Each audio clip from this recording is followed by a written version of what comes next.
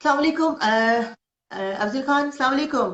जी वालेकुम सलाम Rabina at last हाँ Yes, eventually we are here. Technical I was there from 5 o'clock। I know, I imagine, आपकी खूबसूरत प्यारी प्यारी आवाज में सुन रहा था, मेरी खराब आवाज नहीं आ रही थी। नहीं ऐसा। हमें इस टेक्नोलॉजी ने बहुत पेशेंस सिखा दी है, क्योंकि अब हम हाँ इसके मोहताज है। अब उस वक्त से हमें डरना चाहिए कि जब हम कहीं कॉफी शॉप पे जाएंगे और रोबोट जो है ना, कॉफी लाएगा, ऐसे ऐसे करता हुआ आएगा, फिर वापस ले जाएगा। हाँ, कि क्योंकि आपने ऐसा उठाई ना, कप नहीं उठाया। और वो कहेगा कॉफी आई, आइसक्रीम आई, फिर वापस गया। तो हमें इसके लिए पहले से तैयारी करनी चाहिए। तो क्या हाल है आपका? जी ठीक, अल्हम्दुलिल्लाह, शुक्र अल्लाह का। So how is it going? Interesting times. जी टफ टाइम, पेंडेमिक, वबा। हाँ हाँ, स्टफ ये कह सकते हैं कि इट्स डिफरेंट डेफिनेटली। मैंने तो सारी जिंदगी इस तरह कोई चीज नहीं देखी। हमने भी। आ, फायदे भी हैं, नुकसान भी हैं, जी। यही जिंदगी की खेल है। टेक्नोलॉजी का ज्यादा हमें उस पे सहारा लेना पड़ रहा है। हाँ हाँ हाँ और लेकिन ये भी गनीमत है, something is better than nothing. कि हाँ, इट्स क्वाइट कैसे। इंटरेस्टिंग एक्चुअली कि टेक्नोलॉजी ने इस लेवल पे तो एक तो इंसान को एक लेवल पे करीब कर दिया है जी। और दूसरे लेवल पे बहुत दूर कर दिया है। तो हाँ। हम जो फिजिकल पॉइंट है, टच का, मिलने का, बैठ के चाय पीने का, दिस जी। Is all gone.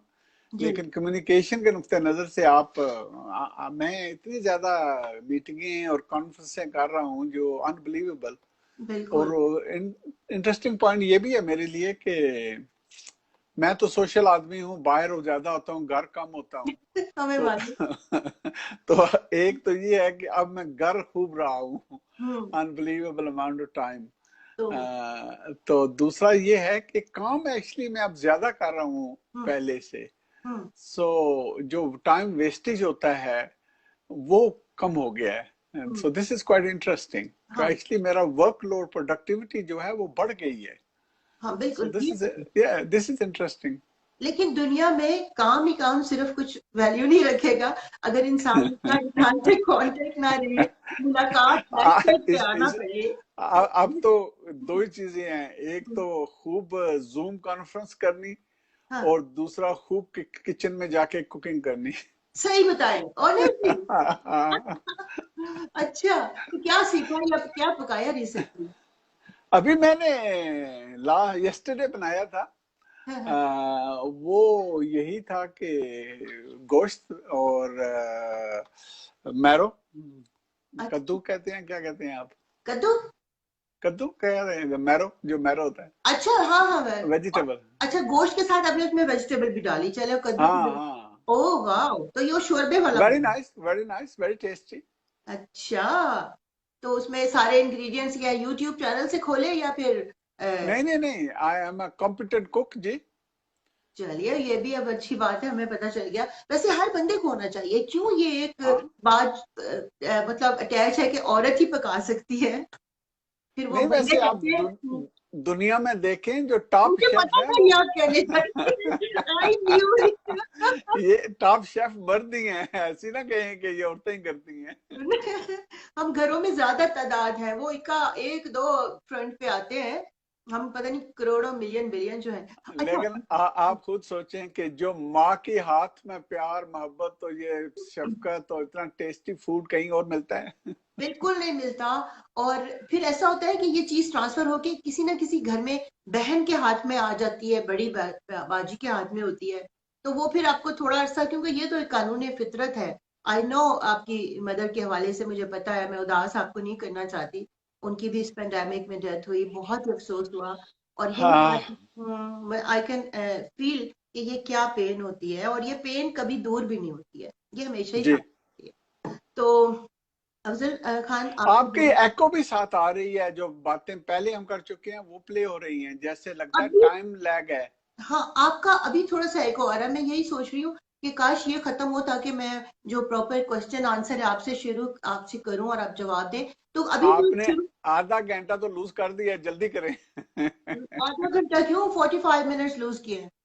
तो अच्छा, ऐसा करते हैं, फिर हम क्विकली क्वेश्चंस की तरफ आते हैं। आप अपने जो हैंड्स फ्री आपने लगाया है, इसको देख लें कि इसकी ये सही तरह से है, क्योंकि अभी जब आप जी। आए हैं तो बिल्कुल ठीक था। अच्छा। तो अगर, हाँ ये ठीक है आवाज, ओके। अब ठीक है। बिल्कुल ठीक है।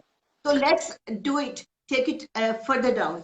तो सबसे पहले आप की पॉलिटिक्स में आमद हुई सन 2000 से। 2000 से पहले थी, लेकिन 2000 में मैं इलेक्ट हुआ था पहली बार जी यही एज अ काउंसलर। जी जी। हम्म जी। पब्लिक ऑफिस जो था पहली बार मैंने 2000 में किया था, हम्म हम्म, काउंसिल का, मैनचेस्टर से। बिल्कुल। और वो इलेक्शन बहुत एक सनी डे पे था, वो हम कभी, आपको याद होगा मैनचेस्टर में वो हम, मुझे बाकी सब, देखिए, पहली जितनी चीजें होती हैं वो ज्यादा याद रहती हैं। लेकिन उसको कुदरत में बांध थी, बहुत सनी डे था, बहुत ब्यूटीफुल डे था।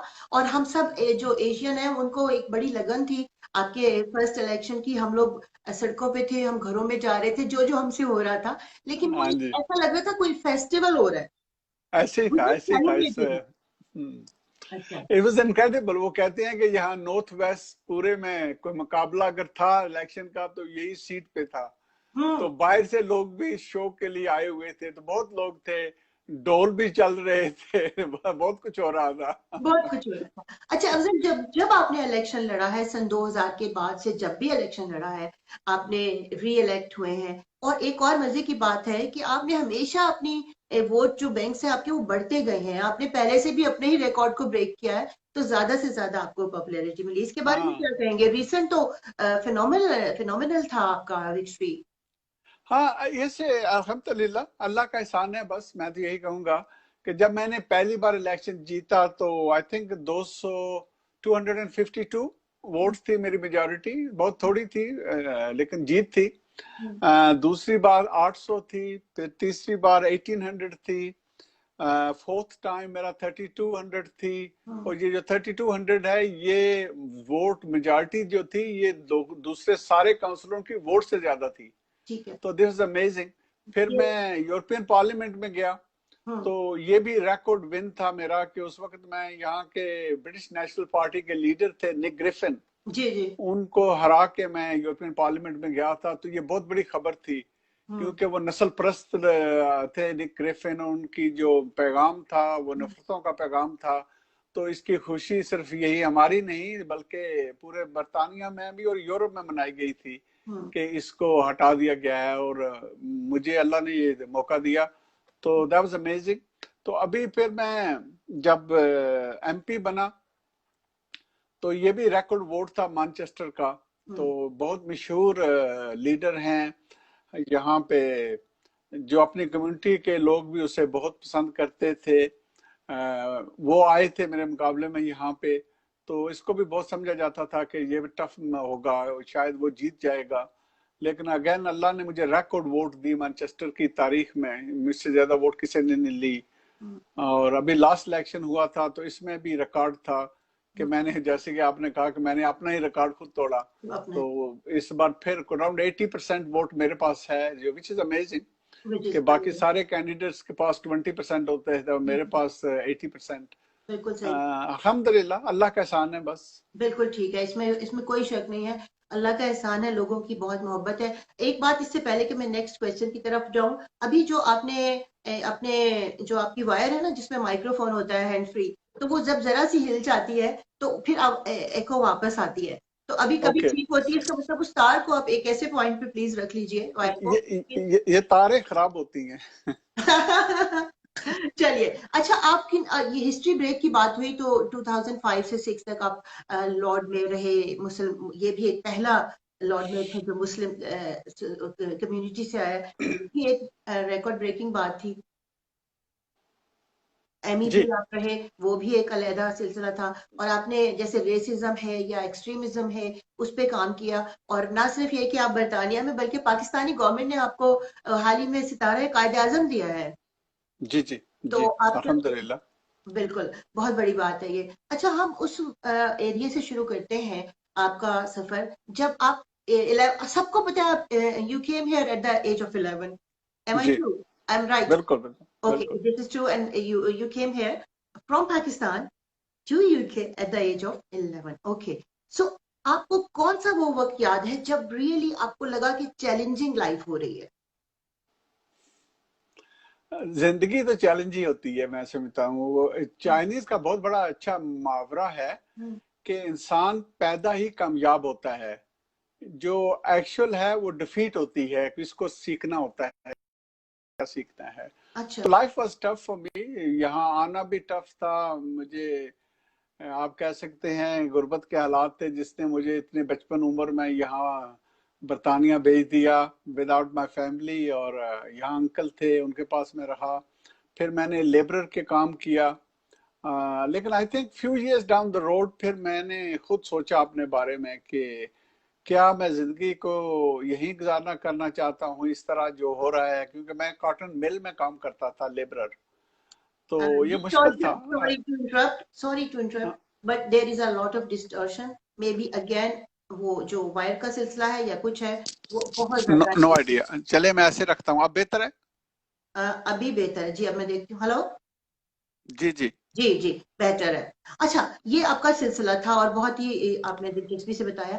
Can you name a person who has had a tremendous impact on your life as a leader? कोई नाम जिससे आपने सियासत को शुरू किया, उसको देख कर इंप्रेस हो।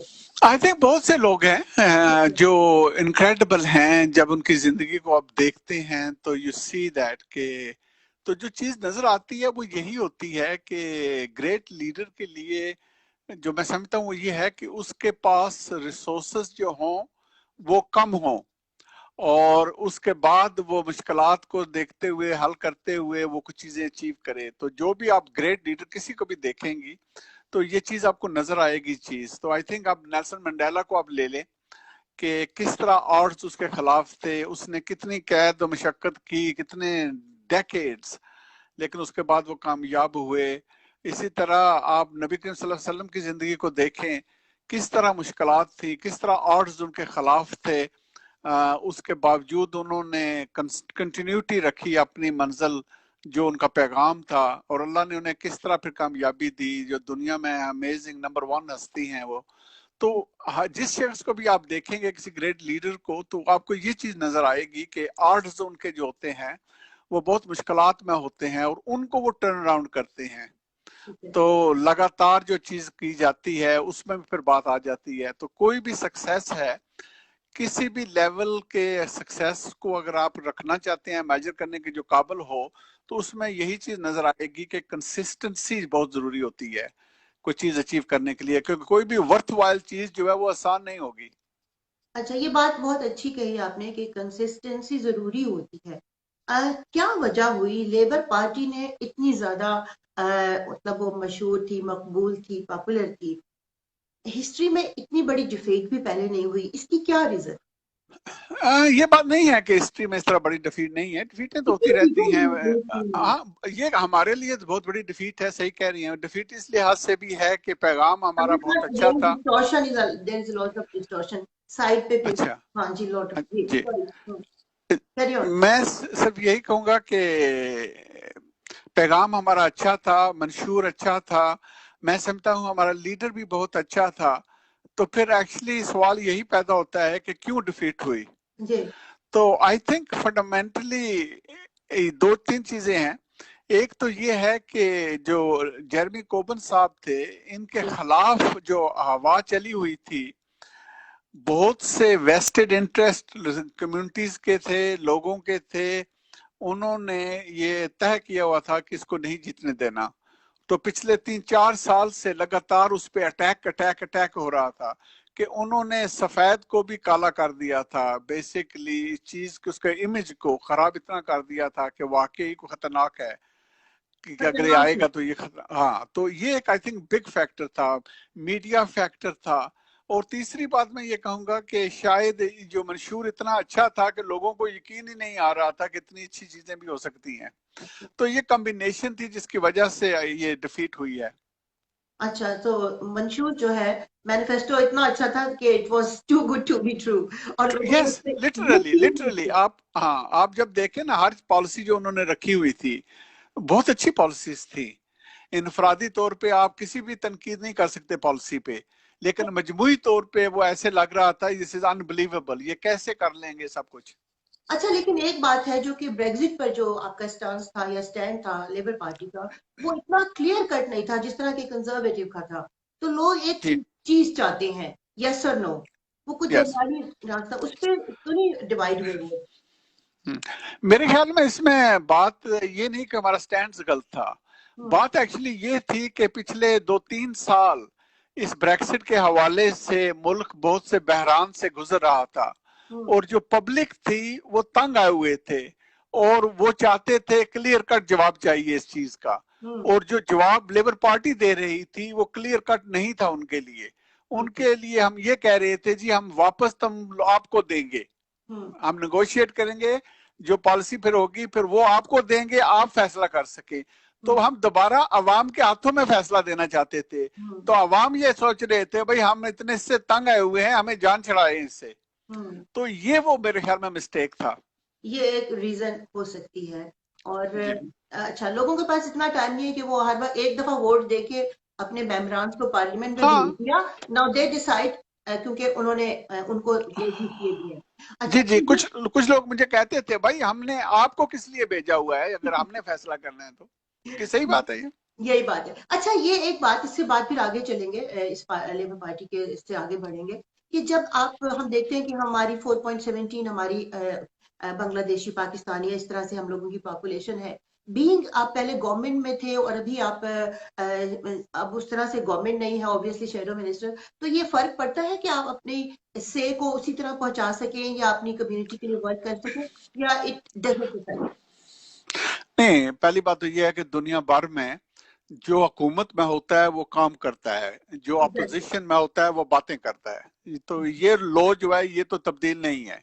तो अच्छा। अगर हम अपोजिशन में हैं तो इफेक्ट यही है कि हम तनकीद ही कर सकते हैं, हम उसके आवाज उठा सकते हैं, लेकिन हुकूमत ही काम करती है। काम तो और ये हमारी लॉस है इस वक्त। और जितनी चाहे हम ख्वाहिश रखें अच्छा काम करने के लिए, लेकिन अल्टीमेटली हम नहीं कर सकते, हुकूमत ही करती है। अच्छा। इसीलिए पावर्स होनी चाहिए, पावर को आप नहीं छोड़ सकते।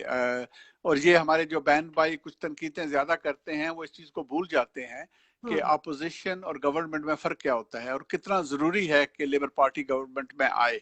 बिल्कुल। तो आप क्या एक्सपेक्ट कर रहे हैं, कब ये रिगेन करेगी अपनी पॉपुलैरिटी बैक? आई थिंक अभी जो चीज नजर आ रही है वो ये है कि कंजर्वेटिव पार्टी जो है वो जल्दी जल्दी इलेक्शन नहीं कराएंगे। हम्म। और उनको ये चीज अब नजर आ रही है कि वो डिफिकल्टीज के अंदर हैं। अच्छा। और उनके साथ प्रॉब्लम उनको ये नजर आ रहा है कि जो अब लीडरशिप है लेबर पार्टी की नई, तो नई लीडरशिप जो है वो एक्चुअली क्वाइट स्ट्रांग है। हम्म। आप जब भी देखें किसी को भी अगर शौक है तो प्राइम मिनिस्टर क्वेश्चन टाइम मिलता है हर वेंसडे को 12 बजे। तो आपको नजर आ जाता है कि जो अपोजिशन लीडर की स्टामर है इसकी लीग ही डिफरेंट है बोरिस जॉनसन से। बोरिस जॉनसन कोप नहीं कर रहा, तो ये क्लियर पॉइंट है। तो इससे भी वो डर रहे हैं। तो इसलिए मैं समझता हूँ अब जब भी नेक्स्ट इलेक्शन आएगा तो मुझे यकीन है कि लेबर की परफॉर्मेंस फार बेटर होगी। और इसकी जो मीडिया की रिलेशनशिप है वो भी इम्प्रूव हो रही है। जो हमारी मुख्तलिफ कम्युनिटीज जो हमसे नाराज थी उनसे भी वो कोशिश कर रहा है बढ़ाने की तलकात को। तो हम्म। ये सारी चीजें अल्टीमेटली हमें फायदा देंगी और हम हुकूमत में आएंगे। ठीक है, क्लू ये है इससे पहले कि आगे हम जाए कि this was a perfect voice and sound. तो अभी जहाँ पे सिचुएशन थी वो बहुत जबरदस्त आपकी आवाज आई है। मैं चाहती हूँ आप क्या कह रही है, मैं आप फ्रीज हो जाऊं? नहीं नहीं, अब जब फ्रीज होते हैं तो खराब होता है, जब थोड़ा सा रीजन रहते हैं फिर ठीक होता है। अच्छा। सही। अच्छा, अफसर साहब ये बताइए कि अभी आपने बात की ब्लैक अफ्रीकन नेल्सन मंडेला की बात की, कि जो ब्लैक लाइव्स हैं वो रियली एवरीवन डज मैटर, ठीक है ना? लेकिन सही है। आजकल सही है। जो हैशटैग ब्लैक लाइव्स मैटर है, इसके बारे में आप क्या ओपिनियन है? ये बात तो यही है कि हर लाइफ इम्पोर्टेंट है। हम्म। और ब्लैक लाइव्स मैटर होने का मतलब भी ये है कि हर लाइफ इम्पोर्टेंट है। सिर्फ इसलिए ये लेबल दिया जाता है कि ये वो बीएमई तबका है जिसके साथ नाइंसाफी हो रही है। चाहे आप उसको अमेरिका में देखें, चाहे आप बरतानिया में देखें, यूरोप में देखें। तो यहाँ पे जो हिस्टोरिकल कॉन्टेक्स्ट है उसको, जो इनक्वालिटीज हैं, जो डिस्क्रिमिनेशन है, ये हम सब के खिलाफ हैं। तो जब भी किसी चीज को, किसी इंस्टीट्यूशन को आप देखेंगे तो यही चीज नजर आएगी। तो मैं इसको आमतौर पे ये कहता हूं कि जो रिप्रेजेंटेशन होनी चाहिए, उसका बेस्ट तरीका यही है कि जो सोसाइटी की मेकअप है वही पॉलिटिकल लीडरशिप की भी रिप्रेजेंटेशन होनी चाहिए, वही रिप्रेजेंटेशन इंस्टीट्यूशंस के अंदर होना चाहिए, चाहे वो पुलिस की है, अस्पतालों की है, और कोई एजुकेशन की है, तो वो होनी चाहिए। तो जो चीज नजर आती है वो यही है कि हमारी रिप्रेजेंटेशन लेवल जहाँ पे होना चाहिए वहां पे नहीं है, और जब हम इन इंस्टीट्यूशंस को ज्वाइन भी कर लेते हैं, कोई भी हो, चाहे वो पॉलिटिकल हो या पुलिस हो या कुछ भी हो, तो जो प्रोग्रेस है उसको ऊपर जाने के लिए वो जो लैडर क्लाइंब करना पड़ता है उसमें भी कमी है। तो ये वो चीज है जिसके लिए ये स्लोगन आता है कि भाई ब्लैक लाइव्स मैटर। तो क्या वजह है कि जो ब्लैक्स पुलिस के साथ इनका ताल्लुक होता है इनका खराब है? क्या वजह है कि इनकी जो मौत होती है वो इनका रेशियो ज्यादा होता है? क्या वजह है कि इनकी सजाएं ज्यादा होती हैं? क्या वजह है ये ज्यादा चार्ज किए जाते हैं? क्या इनहेरेंटली काले सारे जो होते हैं वो क्रिमिनल हैं? ऐसी बात तो नहीं है तो वो भी सब इंसान हैं। तो हर इंसानों में तो यही बात है कि कुछ अच्छे हैं कुछ बुरे हैं। तो क्यों ये रेशियो खराब है? तो ये वो इंस्टीट्यूशनल डिस्क्रिमिनेशन है जिसको तब्दील करने की जरूरत है। आप हमारे एजुकेशन की तरफ देखें, क्या वजह है कि हमारे जो टीचर हैं इस वक्त वो 1 और 2% है, जबकि हमारी आबादी जो है 8-9% है। तो ये क्यों फर्क है इतना? क्या वजह है कि जो हमारे बच्चे हैं उनकी जो ग्रेड प्रेडिक्ट किए जाते हैं वो लो किए जाते हैं, लेकिन जब वो रिजल्ट अचीव करते हैं एग्जाम्स में वो ज्यादा होती है? क्या वजह है कि हमारे बच्चे जो ग्रेजुएट होते हैं उसी यूनिवर्सिटियों से होते हैं जहां से दूसरे होते हैं, लेकिन जॉब एप्लीकेशन करने के लिए इनको 3-4-5 बार ज्यादा करने पड़ते हैं जॉब लेने के लिए? तो जब जॉब मिलती है तो तनख्वाह कम क्यों होती है इनकी दूसरों से? जब प्रोग्रेस उनका बढ़ता है उस इंस्टीट्यूशन के अंदर, क्यों इनका कम होता है कि इनको डबल एफर्ट करना पड़ता है? गलती थोड़ी सी करें तो एकदम पीछे रिवर्स गियर लग जाता है नीचे डिमोशन के लिए। तो ये वो चीज है जिसके लिए ये पैगाम है ब्लैक लाइव मैटर, चाहे वाइट हैं, ये आपका फर्ज बनता है कि आप माशरे को इस लेवल पे लेके जाएं जिसमें मेयार को देखा जाए, रंग नस्ल या तहजीब को, मजहब को ना देखा जाए। ये इतना सेंसिटिव टॉपिक है कि इसमें माइक्रोफोन जो है ना डबल बोल रहा है और बहुत अच्छी बातें थी, लेकिन माइक्रोफोन ने कहा हम इसको डबल करेंगे और इसको इसको एको करके पेश ऐसे करेंगे। में करके इसकी गूंज दुनिया भर में जानी चाहिए। अच्छा, जब आप ये बात कर रहे हैं तो ये बहुत एक प्रूफ है कि आपने स्कूल लेवल से बात की, और मैं आपकी वीडियोस देख रही थी, आपके इंटरव्यूज भी देखे मैंने बीबीसी पे, कि जो लोग आप ये जो स्कूल कॉलेज में हो रहा है कि वो उस तरह से ग्रेड्स या उस तरह से नहीं होते और एग्जाम्स में वो बहुत अच्छे लेते हैं, या जॉब्स में वो यूनिवर्सिटीज लेवल पे बहुत हाईली अपने आप को उनकी परफॉर्मेंस होती है, जॉब्स में उस तरह नहीं होता है। तो ये डिस्क्रिमिनेशन है, इसका जो है आउटकम तो यही है ना कि इस तब यही होगा। तो यही कहा ना आपने कि हाँ ये डिस्क्रिमिनेशन है।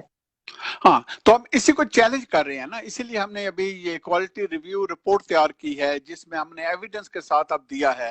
अब हम नए सेक्रेटरी ऑफ एजुकेशन जो है उसको बकायदा लेटर दिया है इस रिपोर्ट के साथ कि हमारी ये जरूरत है इस वक्त की कि ये जो हमारे बच्चे हैं इनके साथ डिस्क्रिमिनेशन ना किया जाए, इनके ग्रेड जो देने हैं वो सही होने चाहिए ताकि इनकी जिंदगी जो है वो बेहतर हो सके बल्कि खराब ना हो। तो ये वो कोशिश है। अभी अच्छी बात ये है कि कुछ प्रोग्रेस हो रहा है प्रोग्रेस हो। और मुझे यकीन है कि गवर्नमेंट इसको एडजस्टमेंट करेगी जिससे हमारे बच्चों को नुकसान ना हो।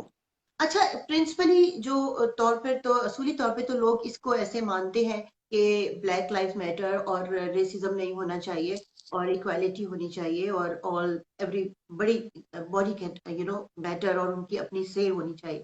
लेकिन जब हम देखते हैं कि अमेरिका है, कनाडा है, यूरोपीय ममालिक है, यूके है, अगर हम ये क्या अपनी उनकी पॉलिसीज होती है, क्योंकि अगर मैंने पिछले दिनों एक वीडियो देखी कि अमेरिकन प्रेसिडेंट सदर डोनाल्ड ट्रंप ने कोई रेसिस्ट सा बयान दिया और एक सहाफी ने कैनेडियन प्राइम मिनिस्टर से उसके बारे में उनकी ओपिनियन पूछी, तो उन्होंने मतलब 30 सेकंड के लिए उनको पॉज आ गया, यानी कि वो रिएक्ट नहीं करना चाह रहे थे। तो लोग अपनी मतलब क्या ये क्या सिलसिला है? आप गवर्नमेंट में आप क्या कहते हैं कि इजाजत ही नहीं होती या ये दखल दर माकूलात होती है कि आप किसी की पॉलिसी पर क्या होता है? नहीं, ये बात नहीं होती। बात एक्चुअली जो होती है वो एक्चुअली ये होती है कि मोस्ट लोग जो होते हैं वो अपने इंटरेस्ट को देखते हैं। तो क्योंकि अमेरिका एक बहुत पावरफुल मुल्क है तो वो नहीं चाहते कि उनको सच बोलने से अगर नुकसान हो जाएगा उनके मफाद को, तो मफाद परस्ती की तरफ ज्यादा ध्यान होता है, इंसाफ की तरफ नहीं होता। तो ये वो चीज है जिसको चेंज करने की जरूरत है कि बात इंसाफ की ही होनी चाहिए। इसी में मुल्क का मफाद है, इसी में दुनिया का मफाद है। इसका मतलब है interests are bigger than principle. Hmm, हाँ, हम्म, दुनिया के लिए मज- इंटरेस्ट फर्स्ट हाँ आते हैं और प्रिंसिपल वो पीछे रखते हैं। अच्छा, अब जब हम ये बात कर रहे हैं कि ब्लैक लाइव्स मैटर, तो अगर हम बात करें Kashmiri hashtag Kashmiri lives matter, तो जी उस पर क्यों कोई मूवमेंट नहीं होती, क्या कहें? आपने तो बहुत काम किया है, पार्लियामेंट जी। में आवाज उठाई है, एमईपी आप रहे वहां यूरोपीय पार्लियामेंट, उसके बारे में अपनी से बताइए। बात आखिर यही आएगी मफाद की कि आप, मैंने जब कई बार यहाँ पार्लियामेंट के अंदर भी गुफ्तगू की है, जी। जब प्राइम मिनिस्टर से सवाल किए जाते हैं तो आपको ये चीज नजर आ जाती है कि ये आपकी हकीकत का जो सवाल है, रियलिटी का सवाल है, उसको किस तरह ये न्यूट्रलाइज कर देते हैं और अपनी डिफेंसिव पोजीशन को ले आते हैं कि भाई ये पाकिस्तान और इंडिया का मसला है, इसको हल होना चाहिए, अच्छी बात है, लेकिन अपने से वजन दूर कर देते हैं। जो काम इनका बनता है रोल अदा करना, उसकी तरफ नहीं जाते। तो उसकी क्या वजह है? तो उसकी बुनियादी वजह मैं समझता हूँ ये नहीं है कि उनको नजर नहीं आ रहा, अच्छा। नजर उनको आ रहा है, लेकिन वो अपने जो मफाद है उसको भी नजर रख रहे हैं कि अच्छा। कहीं हम ऐसी बात ना कह दें, क्योंकि इंडिया जो है वो बहुत बड़ा मुल्क है, बिलियन से ज्यादा उनके पास आबादी है, वो उनकी इकॉनमी ग्रो हो रही है जिसमें चीजें ये फरोख्त कर सकते हैं। तो ये वो सारी चीजें उनके सामने नजर में होती हैं। मैं इसीलिए ये कहता हूं कि भाई ट्रेड करें, लेकिन ट्रेड जो है इंसानों के खून पे ना करें, क्योंकि जो ह्यूमन राइट्स वायलेशन हो रही हैं उसको ट्रेड पे कॉम्प्रोमाइज नहीं करना चाहिए, हमें इंसानियत को फ्रंट लाना चाहिए। तो यही वो कश्मकश है जो होती है, और यही वो वजह है कि खामोश हो जाएंगे। बहुत से लोग खामोश हो रहे हैं। 70 साल से हमारे कश्मीरी बहन भाई जो हैं ये जुल्म की चक्की में पिस रहे हैं, लेकिन क्या ये नहीं है कि उनको समझ नहीं है, लोगों को पता नहीं है? ये इससे ज्यादा क्या प्रूफ आपको चाहिए कि इतने छोटे से हिस्से में 9 लाख फौज पड़ी हुई है? किसी दुनिया में और जगह पे है इतनी फौज? नो। नहीं है। नो। तो क्यों इतनी वायलेशन हो रही है? क्या वजह है? अगर इंडिया जो है वो दुनिया की सबसे बड़ी डेमोक्रेसी है, तो क्यों उन्होंने लोगों को वहां जाने नहीं जा दे रहे कि जाके देख सकें? क्यों वो मीडिया को फ्रीडम नहीं है वहां पे? क्यों वहां बाहर से मीडिया वाले नहीं जा सकते? क्या वजह है कि वो जो चैरिटीज हैं जो लोगों की मदद करना चाहते हैं वो नहीं करना चाहते? क्या वजह है कि उन्होंने G4 जो हमारा इंटरनेट है जिसके जरिए मैं और आप गुफ्तगू कर रहे हैं, इसको उन्होंने मअतल किया हुआ है, डाउन किया हुआ है ऑक्यूपाइड कश्मीर के अंदर? क्या है चीज वो जो छुपाना चाहते हैं अगर सब कुछ ठीक है तो? अब कर सब कुछ ठीक है। तो ये किसको पता नहीं है? सबको पता है, हम्म। लेकिन उनको फिर इसके पे काम करने की जरूरत है कि अल्टीमेटली आप जो इमीडिएट मफाद है इसको ना देखें, हम्म। लॉन्ग टर्म मफाद को देखें। क्योंकि लॉन्ग टर्म जो मफाद है वो सिंपल है कि भाई यूएन के अंदर इंडिया ने, पाकिस्तान ने, सारी दुनिया ने माना हुआ है कि कश्मीरियों का हक है कि वो फैसला कर सकें। तो क्या? आप क्यों नहीं देते उनको फैसला करने के लिए? आप डेमोक्रेसी आपको इतनी प्यारी है, आप खुद उस यूएन के अंदर अपनी चेयर बनाई हुई है, तो हम्म। क्यों नहीं आप इसको अमल करते? जो यूएन के रेजोल्यूशन जो आपने माने हुए जो डेमोक्रेटिक वैल्यूज के मुताबिक हैं कि लोग फैसला कर सकें, तो ये करने की जरूरत है। इससे फिर क्या होगा कि अमन आएगा। ये जो बिलियंस हम खर्च कर रहे हैं जंगी चीजों पे, हम हम्म। आवाम पे खर्च कर सकेंगे, चाहे वो कश्मीर के लिए हो, पाकिस्तान के लिए हो, इंडिया के लिए हो, है तो सब इंसान, सब हम्म। आवाम है। तो इन हम्म। सब के लिए ये बेहतर है। और पूरा साउथ एशिया जो है, अभी देखें चाइना के साथ प्रॉब्लम बढ़ रहा है लद्दाख के अंदर। चाइना बहुत बड़ा मुल्क है, वो भी बिलियन प्लस हैं, वो भी न्यूक्लियर है, पाकिस्तान न्यूक्लियर है, इंडिया न्यूक्लियर है। तो क्या हम न्यूक्लियर जंग चाहते हैं दुनिया में? तो हम्म। ये क्या फिर तबाही सिर्फ वहां पे होगी? तो हम्म। अगर समझ लें कि चलो मान लेते हैं कि तबाही सिर्फ वहीं पे होगी, हम्म। कश्मीर में, पाकिस्तान, इंडिया, चाइना में, लेकिन आप ये सोचें जो मिलियंस बिलियंस लोग हैं वहां पे, बिलियन प्लस इंडिया है, बिलियन प्लस चाइना है, हम्म। 200-300 मिलियन हम खुद हैं, कश्मीरी 20-25 मिलियन है। तो ये कितने लोग हैं? तो ये तबाही अगर होगी तो इसका असर नहीं होगा सब पे? होगा। हम्म। तो हमें ये वेक करने की जरूरत है। बिल्कुल सही कह रहे हैं आप। अच्छा, जैसे कि आप अपने माशाल्लाह लेवल पर जो आपका काम है, आप उसमें कश्मीर का इशू उठाते हैं, फ्रंट ऑफ कश्मीर, और बहुत कुछ आप कर रहे हैं। दरअसल सितारे कायदे आजम की भी एक बेस ये भी है कि आपने बहुत अपनी कम्युनिटी के लिए और कश्मीरियों के लिए काम किया और पाकिस्तानी मौक़िफ़ को भी आगे बढ़ाया है। तो ये तो बहुत अच्छी बात है। लेकिन इस वक्त, जब आप इस वक्त मेरे साथ हैशटैग मुलाकात फोरम पर हैं, तो आप यहाँ पर रहने वाले जो कश्मीरी हैं, आपको लगता है कि वो मतलब तहरीकें बहुत हैं, मूवमेंट है, हम खुद जानते हैं राजा निजामत फो, हुसैन फो, तरीके से। फोटो सेशन बहुत होते हैं। अच्छा, ये आप समझते हैं, तो ये तो बहुत कम होना नहीं, चाहिए। और नहीं, ये आप सोच रही हैं इसलिए मैंने कह दिया है। चलिए ठीक है। अब मतलब इसमें आप कहते हैं, आपको पैगाम देना चाहेंगे कश्मीरी अपनी, हमारी जो बिरादरी है, हम सभी एक हैं, लेकिन हम लोग देखें ना, निकलते हैं ना कश्मीर कॉज के लिए, तो आपको हाँ लगता है जी, कि थोड़ी बहुत ज्यादा कश्मीरीज को यहाँ पर फ्रंट लाइन पर जब भी कोई ऐसी मूवमेंट होती है तो हिस्सा लेना चाहिए? उनकी तादाद कम देखने में आती है। जी जी। आई थिंक पहली पॉइंट मैं ये कहना चाहूंगा कि वो मैं मजाक से बात कर रहा था फोटो सेशन की, आई नो नो। लेकिन असल बात ये है कि बहुत से हमारे पास कश्मीरी तंजीमें हैं, बहुत से लोग अपनी अपनी जगह पे अपनी काबिलियत के मुताबिक काम कर रहे हैं, ये ठीक है। हमें जरूरत इस चीज की है, एक तो कि हम इसको कोऑर्डिनेशन को इम्प्रूव करें, क्योंकि इन सब का मकसद एक ही होना चाहिए और वो है कश्मीरियों को हक उनका दिलाना। बिल्कुल और सही। दूसरी बात यह है कि इसको चंद लोगों तक महदूद ना रखें, जैसे मर्दों तक महदूद ना रखें, बल्कि ये एक कौमी मूवमेंट बनाएं। कौमी मूवमेंट में फिर ये होगा कि जवान बच्चे भी उसमें होंगे, बूढ़े भी होंगे, मर्द भी होंगे, औरतें भी होंगी। तो ये वो मूवमेंट बनाने की जरूरत है, ये वो तारीख बनाने की जरूरत है, इससे आपको इम्पैक्ट होगा। तो क्योंकि ऐसी किसी भी जी, किसी भी इंडिविजुअल कश्मीरी से बेहतर कोई और नहीं आवाज बन सकता कश्मीर का, ये ये एक उनकी आपका अपनी चीज है। एक और तीसरी बात यह है कि हमें एक्टिवली जो नॉन कश्मीरी हैं हम्म, उनको रीच करना चाहिए, ये हमारा दावत का काम समझे, हम लेके पहुंचाएं ताकि उनको, क्योंकि नेचुरली चीज है कि उनकी जो अंडरस्टैंडिंग वो नहीं होगी जो कश्मीरी की होगी। तो हम्म, जब आप इसको लेके जाएंगे, उनको समझाएंगे, हम्म, तो ये कोई शक की बात नहीं है कि इंसानियत जो है ये बहुत पावरफुल है, और ये हर दुनिया के कोने में है इंसानियत, और बहुत से लोगों के अंदर, चाहे वहां पे है कहीं पे भी है, उनमें इंसानियत है। आप अपने पैगाम तो पहुंचा के देखें, फिर देखें वो आपकी आवाज बनेंगे और खड़े होंगे आपके लिए। इंशाल्लाह ऐसा होगा। और इस वक्त एक नोट पे कि आपकी आवाज बहुत सही आ रही है और आप अपने हाथ को थोड़ा सुकून दे सकते हैं, रिलीज कर सकते हैं। मैं नहीं चाहती कि आप ऐसे नजर आए। यस। यू ठीक है चले, भाई, आप you are a beautiful person, आपको पूरा माशाल्लाह। नजर आना मैं चाहिए। मैं यही कहता हूँ कि मेरी इसमें कोई काबिलियत नहीं है, ये अल्लाह के देन है। अच्छा ठीक है। अच्छा, अब मैं एक सीरियस बात आपसे पूछना चाह रही हूँ, बहुत ही सीरियस ही बात करें, लेकिन ये इस कश्मीर इशू पर ये लास्ट मेरी बात है कि बहुत अरसे से ये मूवमेंट चल रही है और ऑक्यूपाइड कश्मीर में बहुत बदअमनी है ये वो, और काम भी हो रहा है। On a serious note, on a scale of 1 to 10, आप क्या रेट करेंगे कि ये मूवमेंट कहाँ पहुंची है? 1 to 10 की स्केल पर आप क्या रेट इसको देंगे?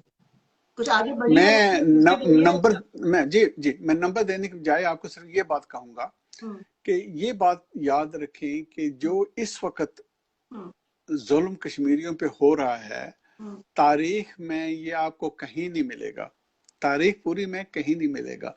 ये जो लॉकडाउन उन्होंने किया हुआ है, मेरा और आपका लॉकडाउन टोटली डिफरेंट लॉकडाउन है जो कश्मीरियों का लॉकडाउन ऑक्यूपाइड कश्मीर के अंदर है। हुँ। वो दुनिया से कट ऑफ किए हुए हैं, मैं और आप कट ऑफ नहीं है। नहीं, लॉकडाउन जरूर है अपने घर में, लेकिन देखिए हम अपने इंटरनेट अपने हमारे घर में पास बैठ है। के कर हुँ, रहे हैं। हुँ, वो लॉकडाउन टोटली वर्ल्ड से किए गए हैं। तो इसमें बात यह है कि तारीकी जब बढ़ती है, जब से ज्यादा डार्केस्ट टाइम होता है, हुँ, उसके बाद ही रोशनी होती है। तो ये डार्केस्ट पॉइंट की तरफ हम जा रहे हैं, वहां पे हैं। तो मुझे यकीन है कि हमारी स्टेडफास्टनेस, इस्तकामत के साथ जब आगे ये चीज चलती रहेगी तो जल्दी उनको उनका हक मिल जाएगा, क्योंकि कोई भी फोर्स दुनिया में, तारीख में कभी भी ताकत के बोर पे नहीं चल सकती। ये अल्टीमेटली आपको डिफीट मिलती है, ये हिस्ट्री बड़ी पड़ी है। तो इंडिया से बहुत ज्यादा मजबूत अमेरिका था, और हुँ, वियतनाम में उनको फिर छोड़ना पड़ा। हुँ। तो यही चीज अल्टीमेटली इंडिया के साथ होनी है कि उनको छोड़ना ही पड़ेगा, क्योंकि ये चीज क्लियर है अब भी, कितनी 9 लाख फौज के बावजूद वो जो 20 मिलियन है उसको नहीं काबू कर रहे, लोग आवाज उठा रहे हैं। हम्म, कुछ ना होने के बावजूद, सब कुछ बंद होने के बावजूद भी वो अपना मैसेज पहुंचा रहे हैं और हम्म। एक्सेप्ट नहीं कर रहे। तो ये वो क्लियर एविडेंस है कि बदलेगी चीज। चीज बदलेगी। चले, ये तो एक बहुत ही पॉजिटिव आपने बात की, और इंशाल्लाह बदलेगी, क्योंकि वही बात आपने कही कि एक एक्सट्रीम पर जो चीज पहुंच जाती है तो उस पर वो बाउंस बैक करती है, और फिर दूसरी स्ट्रीम जो है वो आजादी की जो है वो स्ट्रीम होगी इंशाल्लाह। अच्छा, अब थोड़ी सी लाइटर क्वेश्चन करते हैं, बहुत गंभीर हो गए क्वेश्चन और अब आपका पूरा चेहरा नजर आ रहा है। आप ये बताइए कि जो एक इंसान, जाहिर है कि बहुत स्ट्रगल होती है, मतलब बहुत एक मेहनत होती है किसी भी फील्ड में हासिल, गुड लुक्स जो है या पर्सनालिटी अच्छी होना, ये किसी चीज के लिए क्या इसमें कोई रोल अदा करती है या नहीं? अच्छा, मैं इसको रिफ्रेश कर देती हूँ, अगर आप माइंड में इस बात का डायरेक्ट जवाब ना देना चाहे, रिफ्रेश करूं या इसी का जवाब देंगे? जो आप चाहते हैं मैं जवाब दे अच्छा, देता चलिए हूँ। ठीक है, मैं रिफ्रेश करती हूँ इसको। वो ये है कि क्रिस्मेटिक जो पर्सनालिटी होती है, उसकी डेफिनेशन आपके नजदीक क्या है? आई थिंक पहली बात तो क्रिस्मेटिक का मतलब ये नहीं होता कि सिर्फ शक्ल ही। हम्म। नहीं, अल्टीमेटली वही ये मैं कह रही बहुत, हूँ। हाँ हाँ, हम्म, बहुत सी चीजें उसके अंदर आती हैं। हम्म।